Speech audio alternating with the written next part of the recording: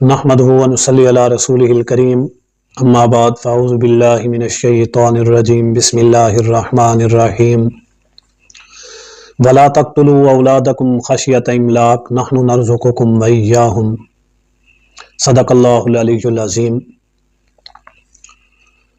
میرے واجب الاحترام سامعین، جب انسان اللہ پر کامل یقین رکھتا ہے، اللہ تعالیٰ اس کے لیے آسانی کے دروازے کھول دیتے ہیں۔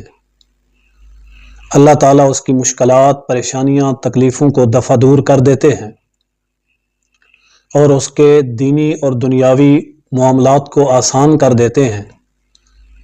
جیسا کہ اللہ نے انسان کو دنیا میں بھیجا ہے تو اس کے رزق کا بھی بندوبست اللہ کی ذات نے کیا ہے۔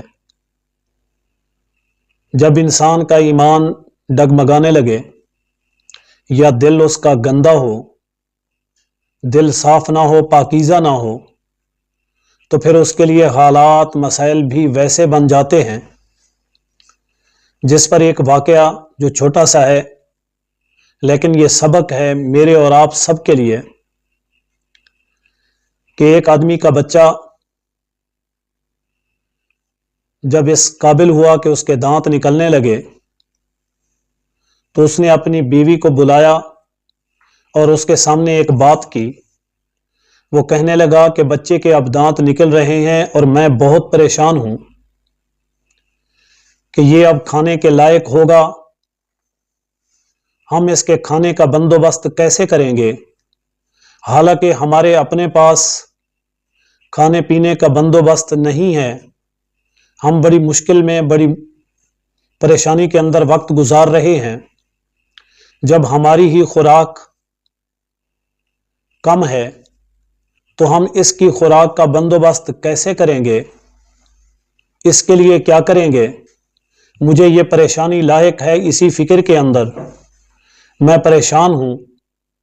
بیوی کہنے لگی، اللہ کے بندے، جس رب نے اسے دانت دیے ہیں وہ رب اسے روزی بھی دے گا، جس نے اسے دنیا میں بھیجا ہے وہ اس کا رزق بھی بھیجے گا۔ اللہ تعالی اس کے رزق کا بندوبست خود کرے گا۔ ہم کون ہوتے ہیں جو اس کے روزی اور رزق کے بارے میں سوچیں؟ اگر یہ ہمارے ذمے ہوتا، اگر ہم اس قابل ہوتے یا اس کا بندوبست ہم کر رہے ہوتے تو پھر ہم بھی پریشان نہ ہوتے، ہمارے رزق کے اندر بھی کمی نہ ہوتی۔ یہ ہمارے اختیار میں نہیں، یہ اللہ تعالیٰ کا کام ہے، اللہ تعالیٰ ہی اس کا بندوبست کرتے ہیں۔ ہاں، اگر یقین کم ہوگا تو پھر حالات بھی ویسے ہوں گے۔ اگر یقین کامل ہوگا، اور ہونا چاہیے جیسے کہ ایک غلام کو اپنے آقا پر ہوتا ہے کہ جب اس کا آقا غلام کو خریدتا ہے تو اس وقت اس کے دل کے اندر، دماغ کے اندر یہ بات یقینی طور پر ہوتی ہے کہ میں نے اس کے کھانے پینے کا بندوبست بھی کرنا ہے۔ اسی طرح غلام بھی اس آقا پر مطمئن ہوتا ہے کہ جب اس نے مجھے خرید لیا ہے تو یہ میرے کھانے اور پینے کا بندوبست بھی کرے گا، میرے تمام ضروریات کو پورا کرے گا، میرے تمام معاملات کو مکمل کرے گا۔ ایک غلام کو اپنے آقا پر اتنا یقین ہے کہ اس کو کوئی پریشانی لاحق نہیں ہوتی، اور آقا بھی جب اسے خریدتا ہے تو اس ذہن سے، اس نیت سے خرید کے لاتا ہے کہ اس کی تمام قسم کی دیکھ بھال میرے ذمہ ہے اور میں نے کرنی ہے، وہ اسے بوجھ نہیں سمجھتا۔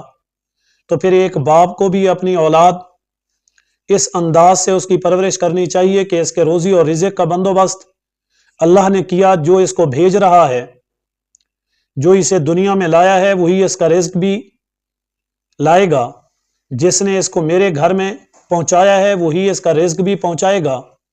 اس لیے اللہ تعالیٰ نے فرمایا کہ اپنی اولاد کو بھوک کے ڈر سے ختم نہ کریں، قتل نہ کریں، ہم تمہیں بھی رزق دیتے ہیں اور انہیں بھی رزق دیں گے۔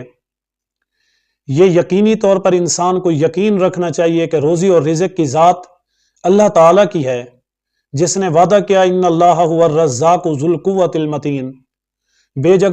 بے شمار جگہ قرآن مجید کے اندر فرمایا، ان اللہ یرزق من یشاء بغیر حساب واللہ خیر الرازقین۔ ہمیں اللہ کی ذات پر کامل یقین اور مکمل اعتماد